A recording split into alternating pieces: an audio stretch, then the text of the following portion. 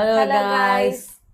അപ്പൊ യദുകൃഷ്ണ ഹോസ്പിറ്റലിൽ പോവാണ് ഗൈസ്. ഈ മാസം ഇടയ്ക്ക് പറഞ്ഞിട്ടുണ്ടായിരുന്നു ഹോസ്പിറ്റലിൽ നിന്ന് പോയിട്ടുണ്ടായിരുന്നു.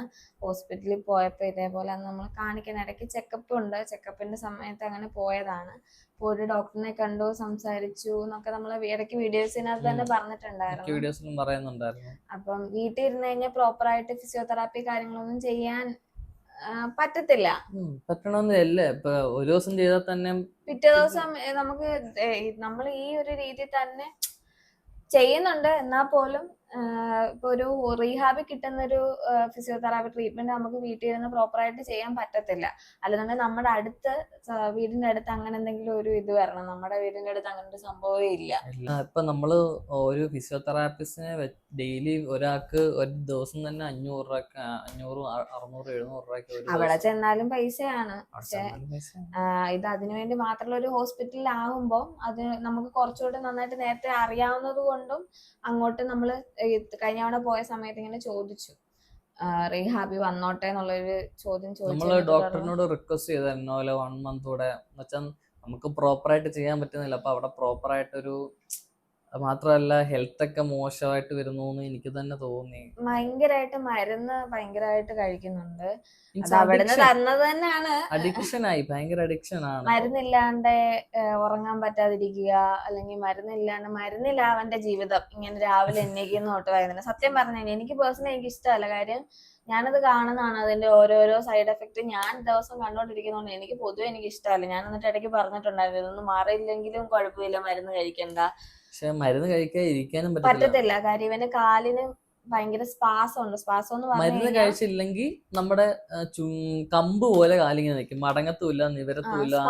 എന്താന്നുള്ള രീതിയിൽ ഒന്ന് പറഞ്ഞു കൊടുത്തേ. സ്പാസം എന്ന് പറഞ്ഞാൽ നിങ്ങൾ സെർച്ച് ചെയ്യാം, സ്പാസിസിറ്റി എന്നൊക്കെ ഒന്ന് സെർച്ച് ചെയ്താൽ മതി ഗൂഗിളിൽ. അപ്പൊ അറിയാൻ പറ്റും. അപ്പൊ അത് കാരണം എന്റെ ബോഡി ഫുള്ളായിട്ട് ഇങ്ങനെ കമ്പ് പോലെ ഇങ്ങനെ കിടക്കും. ഇപ്പൊ കിടന്നിടത്തുനിന്ന് എണ്ണിക്കാനാണേലും ഷിഫ്റ്റ് ആവാൻ, കാറിലോട്ട് ഷിഫ്റ്റ് ആവാൻ, അങ്ങനെ കുറെ ബുദ്ധിമുട്ട്. ഭയങ്കര ബുദ്ധിമുട്ട്. അവനൊക്കെ ഇവിടെ തൊട്ട് നല്ല ഒരു ഭയങ്കര സ്റ്റിഫാ. അപ്പം ആ ഒരു സിറ്റുവേഷൻ നമുക്ക് ഭയങ്കര അവന് തന്നെ ബുദ്ധിമുട്ട് കാണുമ്പോൾ നമ്മളടക്കം പറയും മരുന്ന് കഴിച്ചാൽ അത് മാറത്തുള്ളൂ. കാര്യം അത് ഒന്ന് റിലാക്സ് ആകാൻ വേണ്ടി. കഴിച്ചാലും ഇത്ര മണിക്കൂറത്തേന് അത് കഴിഞ്ഞിട്ട് പിന്നെ ഉച്ചയ്ക്ക് വൈകുന്നേരം ഇത് തന്നെ.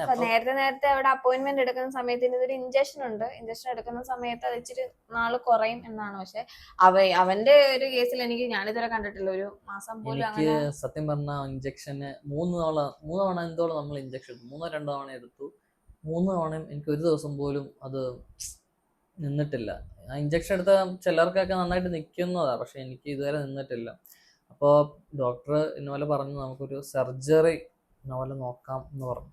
അപ്പോൾ എനിക്ക് ഡേറ്റ് ഓർമ്മയില്ല, ഞാൻ ഈ വീഡിയോയുടെ അകത്ത് കാണിക്കാം. ഞാനും എൻ്റെ അച്ഛനും അച്ചാച്ചനും പിന്നെ അവളുടെ അമ്മാവനൊക്കെ കൂടെ ചേർന്ന് ഞങ്ങൾ ഒരു ദിവസം വെല്ലൂർ പോയി. അപ്പോൾ കുറേ നാളിന് ശേഷം ഞാൻ CMC വെല്ലൂർ ഒരു ഡോക്ടറിനൊന്ന് ഒരു റിവ്യൂവിനായിട്ട് വന്നതാണ്. അപ്പോൾ അവിടെ നിന്ന് ഇറങ്ങാൻ വീഡിയോ ഒന്നും എടുക്കാൻ പറ്റിയില്ല. ഭയങ്കര ടയേർഡായിരുന്നു. ഇപ്പോഴും ടയേർഡാണ്, ട്രാവലൊക്കെ. ജ്യോതികാച്ചയുടെ അമ്മാവനുണ്ട്, അച്ഛനൊക്കെ പുറകിലാണ്, വീൽ ചെയർ സെറ്റാക്കുന്ന അമ്മയുണ്ട്. നമ്മൾ ഹോസ്പിറ്റലിന് മുന്നിലാണ് ഗൈസ്. നമുക്ക് ഇനി ഡോക്ടറിനൊക്കെ കണ്ടിട്ട് വരാം. നമ്മൾ ഓൺലൈനിൽ നേരത്തെ ബുക്ക് ചെയ്തിട്ടായിരുന്നു വന്നത്. നമുക്കങ്ങനെ ഇത് കിട്ടി, നവീൻ ചെറിയാൻ ഡോക്ടറിനെ നമുക്ക് 22-ാം നമ്പർ ആണ് കിട്ടിയിരിക്കുന്നത്. വെല്ലൂര് പോയിട്ട് ഡോക്ടറെ കണ്ട് സംസാരിച്ച് അതിനൊക്കെ ഞാൻ ഡോക്ടർ തന്നെ പറയുന്നുണ്ട് മരുന്ന് കഴിക്കുന്നത് നല്ലതല്ല. ഡോക്ടർ തന്നെ പറയുന്നുണ്ട് മരുന്ന് കഴിക്കുന്നത് നല്ലതല്ല എന്ന്. അപ്പൊ അതിൻ്റെയൊക്കെ അപ്പോഴെല്ലാം ഞാൻ വീഡിയോ എടുക്കുന്നുണ്ട്, പക്ഷെ ഞാൻ ഇടാഞ്ഞതാ. എന്തിനാ അതൊന്നും അറിയാണ്ട് പിന്നെ ഇടണ്ടെന്ന് വെച്ചപ്പോൾ നമുക്ക് ഈ വീക്കിൽ തന്നെ വെല്ലൂരിലോട്ട് പോകണം, ഹോസ്പിറ്റലിൽ പോകണം. അപ്പോൾ ഡോക്ടർ ഇന്നലൊക്കെ പറഞ്ഞു. പിന്നെ സർജറി മീൻസ് നമ്മുടെ മസിലും ടിഷ്യൂസൊക്കെ ഒന്ന് ചെറുതായിട്ടൊന്ന് റിലീസ് ആവാനായിട്ട് ചെറുതായിട്ടൊന്ന് ചെറിയൊന്ന് മുറിച്ച് വിടുക. അപ്പം നെർവ് പിടിച്ച് വലിക്കാൻ തോന്നിയാലും മസിൽ ഒത്തിരി അങ്ങനെ മസിലിന് കഴിവില്ലാത്ത രീതിയിൽ അങ്ങനെ ആക്കുന്ന ഒരു അങ്ങനത്തെ ഒരു പരിപാടിയാണ് ഇത്. അപ്പൊ ബേസിക്കലി അങ്ങനത്തെ ഒരു പരിപാടിയാണ് സർജറി. സർജറി. അപ്പൊ അത് ഡോക്ടർ പറയുന്നത് അത് ചെയ്ത് കഴിഞ്ഞാൽ മരുന്നിന്റെ ഉപയോഗം ഇച്ചിരി കുറയ്ക്കാം. കാര്യം നമുക്ക് ഈ സ്പൈനൽ കോഡ് ഇഞ്ചുറി വന്നതിനെക്കാട്ടിലും ദോഷമായിരിക്കും ഈ മരുന്ന് ഇങ്ങനെ കൺസ്യൂം ചെയ്യുന്ന സമയത്ത് പിന്നീടുള്ള കാലത്ത് സംഭവിക്കാൻ പോകുന്നത്.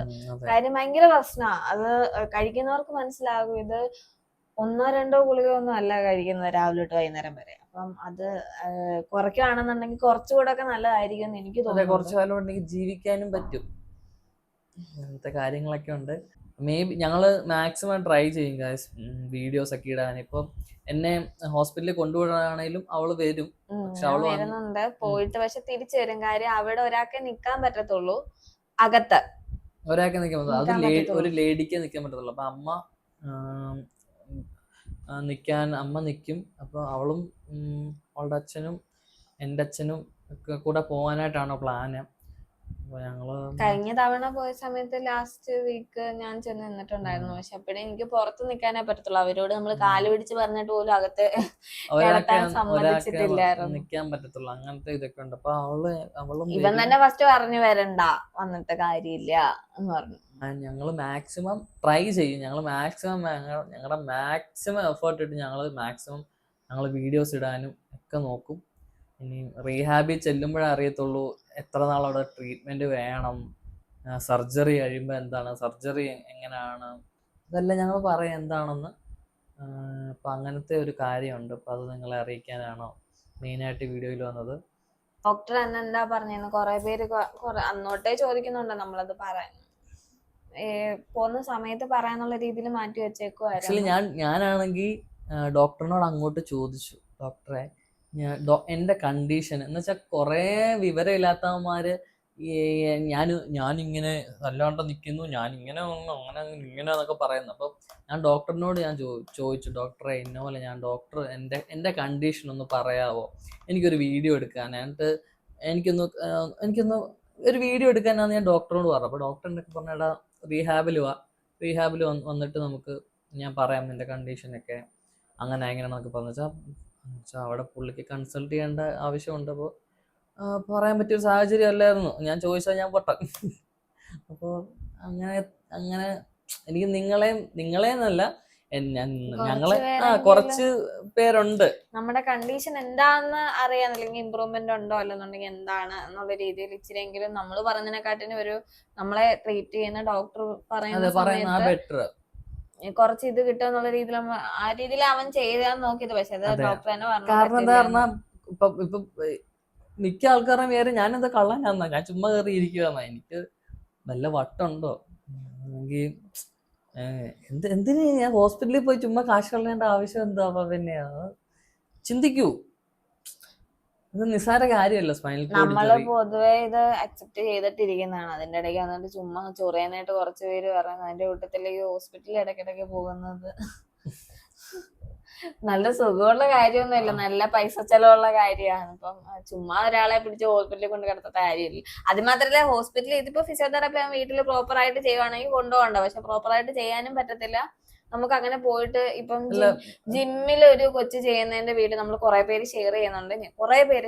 നമ്മളിപ്പം വേറൊരാളെ ഇങ്ങനെ സ്പൈനൽ കോഡ് ഇഞ്ചുറി പറ്റിയിട്ടുള്ള ഒരു ഫോറിനിലുള്ള ഒരു പുള്ളിക്കാരി ഇങ്ങനത്തെ മെഷീൻ വെച്ചിട്ട് നടക്കുന്നൊക്കെ കുറെ പേര് ഇൻസ്റ്റാഗ്രാമിൽ എന്തോരം പേര് റീൽസ് ഒക്കെ ഷെയർ ചെയ്യാൻ നമ്മളത് കണ്ടിട്ടുണ്ടായിരുന്നു. നമ്മുടെ നാട്ടിലെങ്ങും അങ്ങനെയുള്ള ഒരു ഇതില്ല. നമ്മുടെ വലിയൊരു റോബോട്ടിക്സ് ഒക്കെ ഉണ്ട്. റോബോട്ടിക്സിൽ പോലും എനിക്ക് കേറ്റാൻ പറ്റത്തില്ല ഈ ശ്വാസം ഉള്ളതുകൊണ്ട്. അതെന്ന് പറഞ്ഞാൽ ഇപ്പൊ എന്റെ കാല് ഇന്നപോലെ മടങ്ങത്തില്ല, നിവർന്നിരിക്കുമെന്നൊക്കെ ഞാൻ പറഞ്ഞില്ല. അപ്പൊ ഈ റോബോട്ടിക്സിൽ കയറുമ്പോൾ ഈ മിഷൻ ഇങ്ങനെ നടക്കാനായിട്ട് നോക്കുമ്പോൾ നമ്മുടെ കാല് അതിനനുസരിച്ച് മടങ്ങി പോയില്ലെന്നുണ്ടെങ്കിൽ മിഷൻ തന്നെ സ്റ്റോപ്പ് ആവും. അപ്പം അത് ചെയ്യാൻ പറ്റത്തില്ല. അപ്പൊ ഇതിനെല്ലാത്തിനും ഹെൽപ്പ് ചെയ്യും ഈ സർജറി എന്നാണ് എന്റെ വിശ്വാസം. അതും ഇത്ര ശതമാനം മാത്രമേ ഡോക്ടർ പറയുന്നുള്ളൂ. അല്ല, ഡോക്ടർ എന്നോട് പറയുന്നുണ്ട് മേ ബി എന്നായിരിക്കാം, മേ ബി കുറയാം. എനിക്ക് പൊതുവെ ഇവനെ എങ്ങോട്ടും വിടുന്നതിനോട്ട് വലിയ താല്പര്യമൊന്നും ഉള്ള കൂട്ടത്തിലല്ല.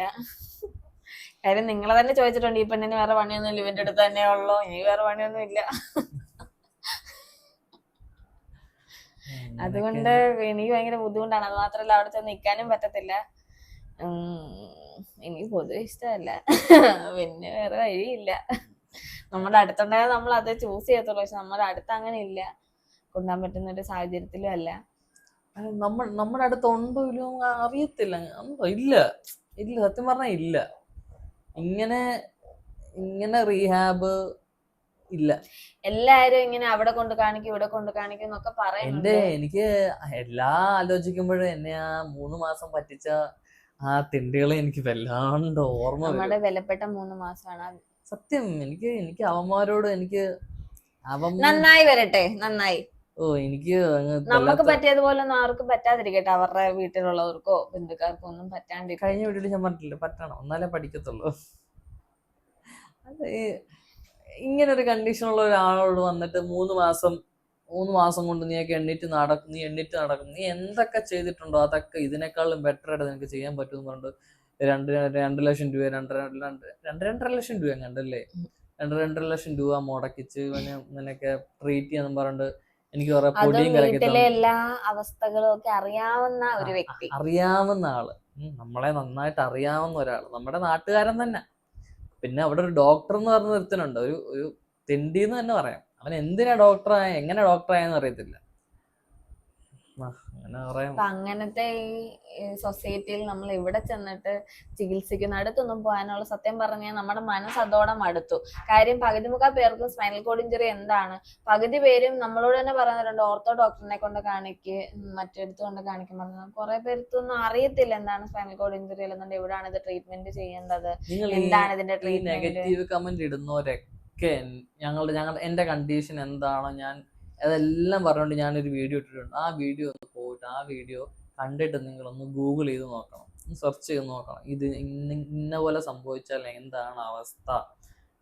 അത് മാത്രമല്ല, ഓരോരുത്തർക്ക് ഓരോ ഇഞ്ചുറി എന്ന് വെച്ചാൽ ഓരോ ആഘാതത്തിന്റെ ലെവൽ എന്തുവാ അതിന് പറയുന്ന ഒരു എന്നുവെച്ചാ പലർക്ക് പല ഇത്. ഇപ്പൊ എന്റെ കൂടെ എന്നെ പോലെ തന്നെ സെയിം ഇഞ്ചുറി ഉള്ള ഒരാൾക്ക് ചിലപ്പോ പെട്ടെന്ന് എഴുന്നേറ്റ് നടക്കാൻ പറ്റും. എന്ന് വെച്ചാൽ അവർക്ക് അത്രയും ഇത് കുറവാ പറ്റിയേക്കുന്നത്. അപ്പം താമസിക്കുന്നത് മീൻസ് അത്ര ഇപ്പം ഇവനിപ്പോ ഇത്ര വയസ്സായിട്ടാണെങ്കിലും പറയും കൊച്ചു കുഞ്ഞുങ്ങൾക്ക് സ്പൈനൽ കോഡ് ഇഞ്ചറി പറ്റിയവരുണ്ട്. ഇതൊന്നും അവരൊന്നും അറിഞ്ഞുകൊണ്ട് ചെയ്യുന്ന, അല്ലെങ്കിൽ നമ്മളത് അറിഞ്ഞുകൊണ്ട് ചെയ്യുന്നതോ വേണമെന്ന്. ഉണ്ണിക്കുട്ടന്റെ കല്യാണത്തിന് എന്റെ അടുക്ക് വന്നിട്ട് 32 വർഷമായിട്ട് സ്പൈനൽ കോഡ് ഇഞ്ചറി വന്നിട്ട് ഇപ്പോഴും കിടക്കുന്ന ഒരു പുള്ളിക്കാരന്റെ ഭാര്യ വന്ന് എൻ്റെ അടുക്ക് സംസാരിച്ച് 32 വർഷം എങ്ങാണ്ട്. അപ്പൊ അങ്ങനെ നമ്മളെ ലോകം അറിഞ്ഞു, അറിയാത്ത എത്രയോ പേരുണ്ട്, എത്രയോ പേര് ജീവിക്കുന്നുണ്ട്. അപ്പൊ നമ്മൾ അവരിൽ ഒരാളായിട്ടാണ് നമ്മൾ വീഡിയോ റെപ്രസെന്റ് ചെയ്യുന്ന അവരിൽ ഒരാളായിട്ടാണ്. കാര്യം നമ്മുടെ കുറച്ച് ബുദ്ധിമുട്ടുകൾ പുറം ലോകത്ത് അറിയാനും നമ്മളായിട്ട് കോണ്ടാക്ട് ചെയ്യുന്ന, അവർക്ക് അറിയാത്ത കാര്യങ്ങൾ നമ്മളിലൂടെ കിട്ടുന്ന കുറെ പേരുണ്ട്. എന്നോട് തന്നെ എത്ര പേര് ഇതിനെ പറ്റിയൊക്കെ മെസ്സേജ് അയച്ചിട്ട് ചോദിക്കുന്നു. ഞാൻ അപ്പൊ തന്നെ പറഞ്ഞു കൊടുക്കും, മാക്സിമം ഞാൻ കാണുന്നതൊക്കെ പറഞ്ഞു കൊടുക്കും. കാര്യം എനിക്കറിയാം അവരുടെ അവസ്ഥ ഇപ്പൊ എന്തായിരിക്കും, അല്ലെന്നുണ്ടെങ്കിൽ എങ്ങനെയായിരിക്കും. അത് ഈ പറയുന്നവർക്കൊന്നും മനസ്സിലാകത്തില്ല. ഈ താഴെ വന്ന ഹോസ്പിറ്റലിൽ പോവാണ് ഗൈസ്. എന്താണ് ഹോസ്പിറ്റലിൽ പോവാണ്. നമ്മൾ മാക്സിമം ട്രൈ ചെയ്യും വീഡിയോസ് ഓരോന്നായിട്ട് ഇടാൻ. കഴിവതും നമ്മളെ സപ്പോർട്ട് ചെയ്യുന്ന രീതിയിൽ തന്നെ സപ്പോർട്ട് ചെയ്ത് മുന്നോട്ട് കൊണ്ടുപോകാം. സപ്പോർട്ട് ചെയ്യുന്ന ഞങ്ങൾ വിശ്വസിക്കുന്നു. ഞങ്ങൾ ഹോസ്പിറ്റലിൽ പോയിട്ട് തിരിച്ചു വരുമ്പോഴത്തേനും 5G മൊമെന്റ്സ് തന്നെ ഇല്ലാണ്ടിരിക്കരുത്. ഇല്ല, ഞങ്ങൾ ഹോസ്പിറ്റലിൽ പോയാലും ഞങ്ങൾ മാക്സിമം വീഡിയോസ് ഒക്കെ ഇടാനായിട്ട് ട്രൈ ചെയ്യും. അവളുടെ കാര്യങ്ങളാണെങ്കിലും ഇവിടെ ഞാൻ എൻ്റെ എന്തെങ്കിലുമൊക്കെ കാര്യങ്ങളാണെങ്കിലും അതെന്താണെങ്കിലും 5G മൊമെന്റ്സ്, അല്ലെങ്കിൽ നമ്മൾ രണ്ടുപേരും ഞാനെന്തിനാ കാര്യമെന്ന് 5G മൊമെന്റ്സ് പോലെ ആകത്തില്ലായിരിക്കും, രണ്ടുപേരും ഉള്ള വീഡിയോസ് പോലെ ആകത്തില്ലായിരിക്കും. പക്ഷെ എന്നാൽ പോലും നമ്മളെ കൊണ്ട് പറ്റുന്നതിന്റെ അത്രയും മാക്സിമം ചെയ്യാൻ നോക്കും. കാര്യം ചെറിയൊരു ഗ്യാപ്പ് ഇട്ട സമയത്ത് തന്നെ, കഴിഞ്ഞ തവണ ഒരാഴ്ചത്തെ ഗ്യാപ്പ് ഇട്ട സമയത്ത് തന്നെ നമുക്ക് ഭയങ്കര ബുദ്ധിമുട്ടുണ്ടായിരുന്നു ഒന്ന് പിടിച്ച് കേറിക്കൊണ്ട് വരാൻ. അതെ, ഇപ്പോഴാണ് വീഡിയോസ് ഒന്നും അങ്ങനെ കാണുന്നില്ല.